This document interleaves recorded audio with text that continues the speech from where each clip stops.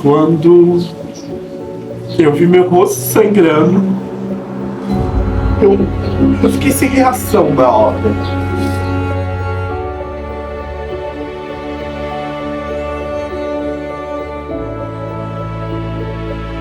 Eu com 12 anos de idade. Aí eu fui violentada, né? Acordei, eu tava tudo sujo, de sangue, tudo machucada.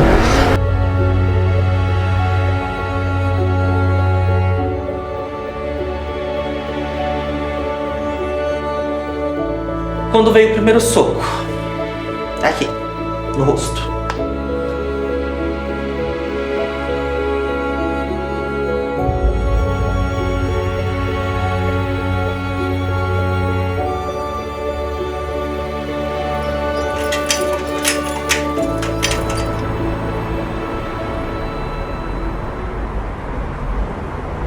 A primeira coisa que eu aprendi a fazer com 7 anos foi café.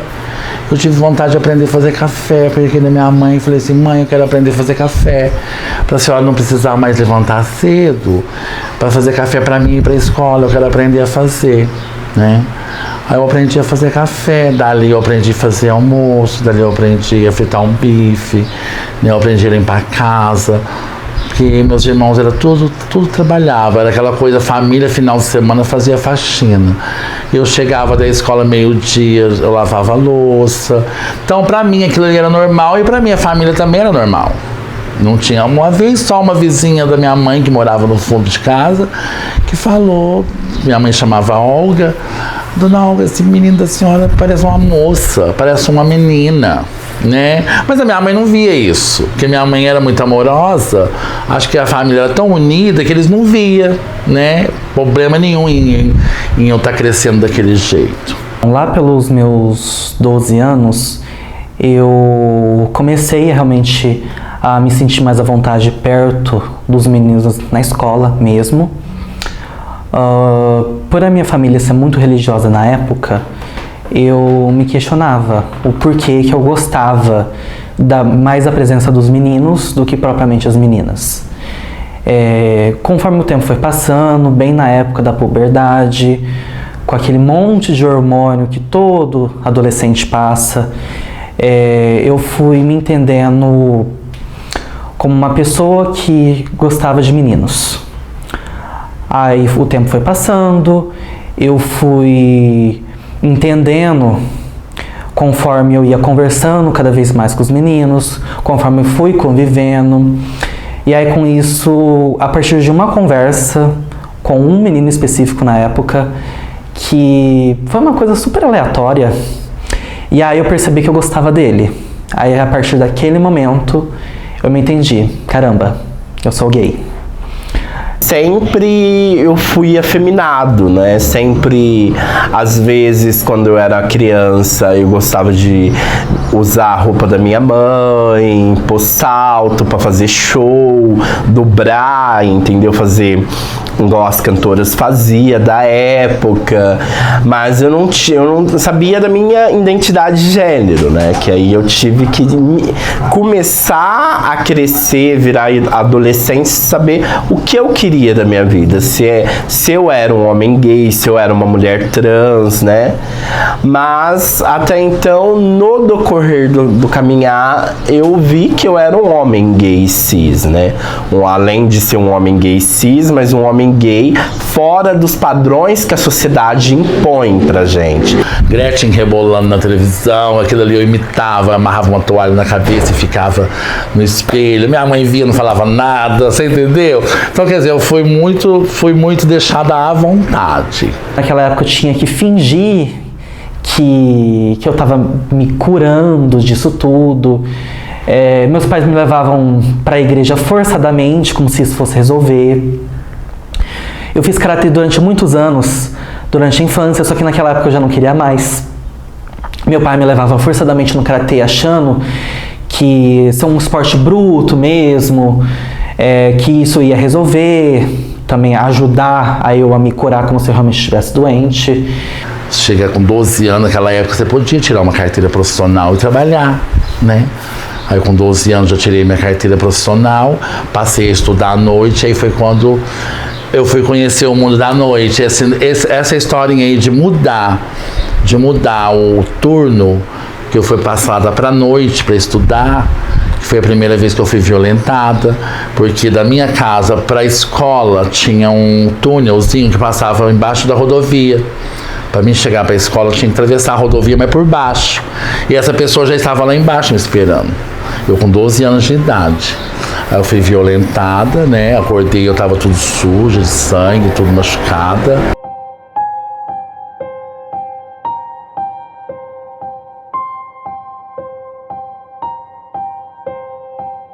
Não sei quem era, porque estava escuro o túnel. Você entendeu? Eu estava indo para a escola, não estava voltando, não era tarde. E eu sempre tive esse jeito feminina, meio gordinha, quando tinha 12 anos. Então os carinha via, queria, já sei lá, louco, né? Aí daí eu contei isso tudo pra minha família, juntou professor, polícia, tudo isso, aquilo outro, não descobriu quem era, porque eu não via a cara, quem era que fez aquilo. Aí eu fui ver realmente como que era a vida de uma travesti à noite. Porque eu fui morar com uma tia minha, que tinha um bordel, né, com 12 anos.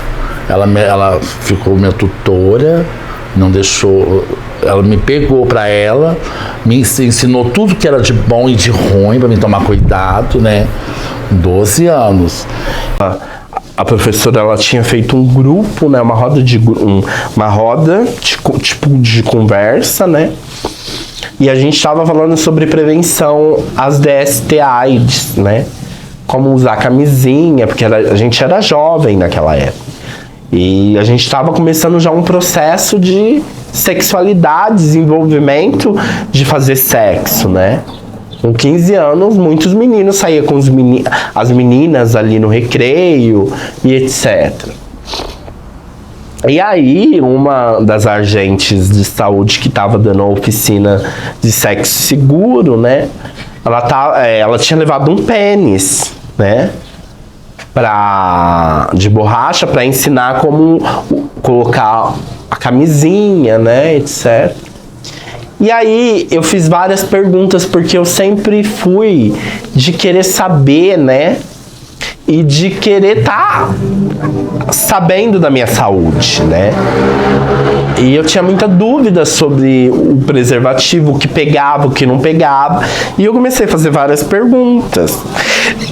E nisso começou a se criar piadinhas, né? Aí começaram, olha lá, a bichinha quer saber porque ela tá confusa com quem ela vai deitar na cama. Aí começou, fulano de tal, vai pra cama com ele. Olha lá, o viadinho tá te esperando no banheiro. E com isso, tornou-se insuportável a oficina, né? E aí, um dos meninos que estava me agredindo verbalmente, eu dei uma resposta pra ele. Falei, nossa, ele chamava Lucas, né? Falei, nossa, Lucas, você tá tão interessado de eu querer saber de prevenção, porque eu acho que você quer ir pra cama comigo. Você tá incomodado, você quer ir pra cama comigo? No que eu falei isso pra ele, ele pegou a carteira e sentou na minha cara.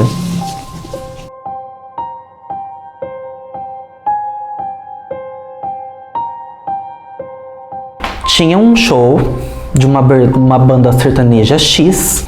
Meus amigos, eu estava na fila com eles. E aí meu namorado me ligou pra eu encontrar ele 2 quarteirões de frente numa pracinha que tinha ali perto.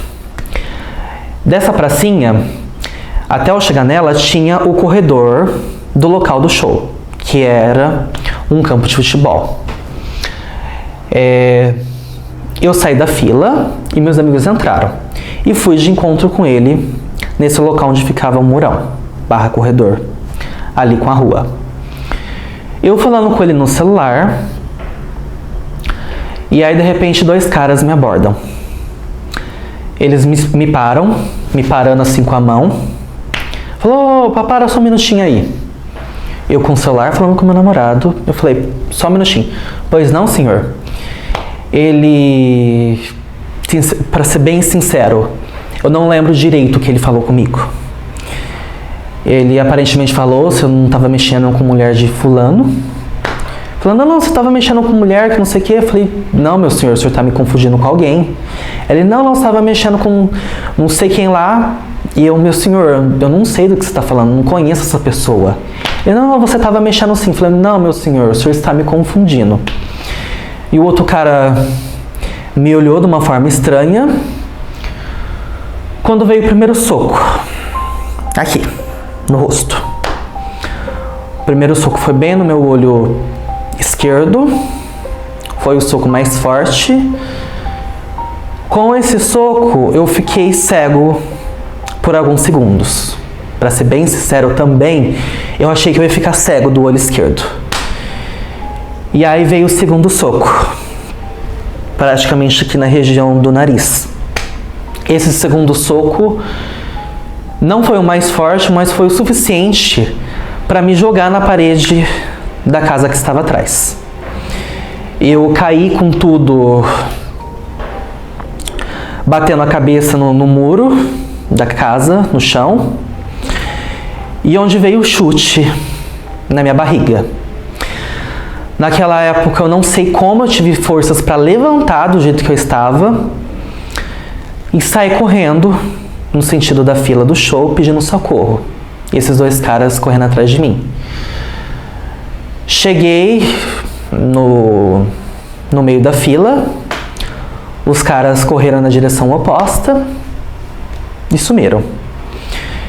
Eu cego temporariamente do olho esquerdo, meu nariz jorrando sangue, muito sangue, pedindo socorro para todos que estavam ali. E foi uma das piores sensações da minha vida.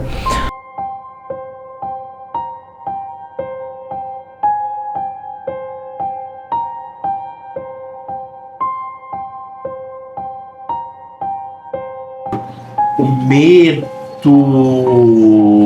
era muito grande. O medo de enfrentar todos e todas era muito grande. O medo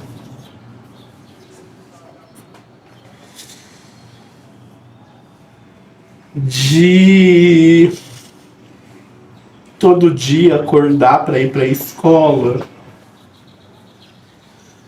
e você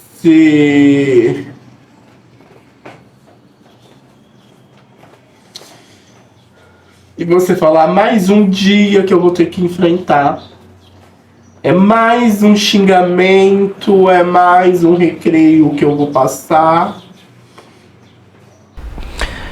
É um medo que não acaba. Esse medo, eu penso pelo menos que ele é passageiro, mas ele sempre está ali presente. É um medo que, em mim particularmente, às vezes aparece em surtos de pânico. Foi o momento mais doloroso da minha vida. Quando eu vi meu rosto sangrando, eu fiquei sem reação na hora, né? De um aluno pegar uma carteira e sentar na minha cabeça, na minha cara. E na hora que eu vi o sangue descendo assim, eu fiquei sem reação. Eu não sabia qual era a minha reação naquela hora. Era uma reação de tipo assim, será que eu vou ter que passar por coisa pior? Será que o Estado nunca vai me proteger? Será que eu vou ter que abandonar a minha escola? Passou um filme assim. Um filme de toda a homofobia que eu sofri na escola. Um filme de tudo xingamento. De todas as pessoas falando bichinha, viadinho, você tem que morrer. Uns me jogavam nos banheiros femininos, é aí o seu lugar, me trancar. Passou um filme de toda a opressão que eu sofri na escola. E desse filme, eu fui pra sala da diretora, dali já queriam já me levar pro hospital. Aí eu lembro que chamaram minha mãe. A minha mãe chegou chorando lá. Aí nesse choro minha mãe pegou e falou assim, não esqueço disso até hoje: você vai sair da escola. Eu prefiro você vivo do que você morto. Porque essa escola vai te matar.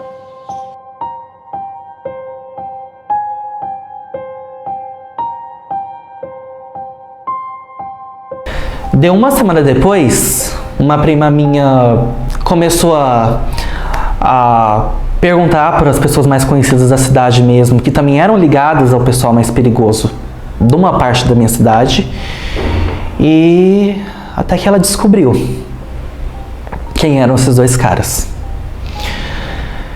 Os dois caras deram a desculpa que me bateram porque eu estava mexendo com a namorada de um cara X, mas na verdade estavam espalhando para metade da cidade que tinham batido numa bichinha. Que foi muito bom ter batido na bichinha, ver a bichinha chorando, desesperada, e que se eu não tivesse conseguido levantar e fugir, que teria me batido até ficar inconsciente.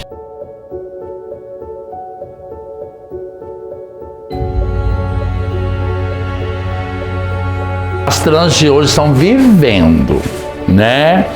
Porque quem sobreviveu fomos nós. As de hoje estão vivendo. Porque elas só vão sobreviver daqui a... quando elas estiverem com 60. Aí eu vou poder falar assim, elas sobreviveram. Porque hoje elas estão vivendo. Eu sobrevivi.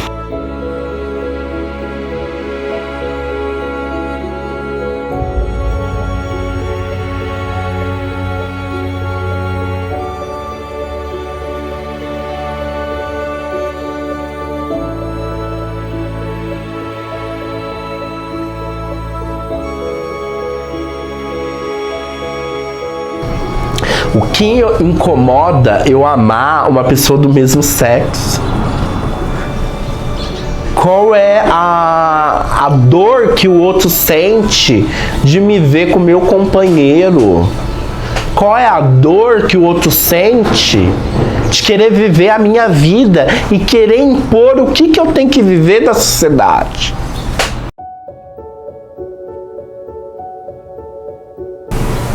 Não vão impor pra gente. As nossas vidas, elas vão ser respeitadas. As nossas vidas vão ser resistência nesse país. Eu quero ter a liberdade de andar sem medo na rua, sem medo de andar de mão dada com quem eu amo, sem medo de exigir alguma proteção pela justiça e a lei falhar e sair em vão. Eu quero ter o direito de viajar para qualquer país e não ter a pretensão de você não pode ser quem você é aqui, porque aqui no nosso país aqui é proibido ser quem você é. Eu quero liberdade. Muitos pensam que a parada gay é a maior liberdade, que a gente só quer ficar se mostrando, que a gente quer ficar confrontando. Não. Eu quero liberdade no sentido literal. Liberdade sem medo. A partir do momento que eu não tiver mais medo em todos os pretextos, em todas as formas de viver, é aí sim que eu vou falar que eu sou livre, que realmente eu posso realmente ser quem eu sou. Liberdade no sentido literal.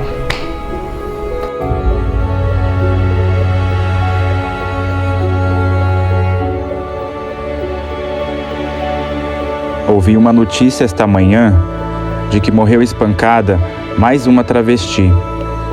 Hoje não saio de casa, talvez amanhã. Se soubessem quanto medo causa em mim. É errado não ser quem esperam? Não é pecado para mim. Semana que vem, contarei aos meus pais. E se depois não me virem, é porque fugi. Não deles, mas de ti. De ti, sociedade, que só sabe me punir. E tirar a liberdade que deveria pairar sobre mim. Espero que ainda seja cedo, para viver minha liberdade sem medo.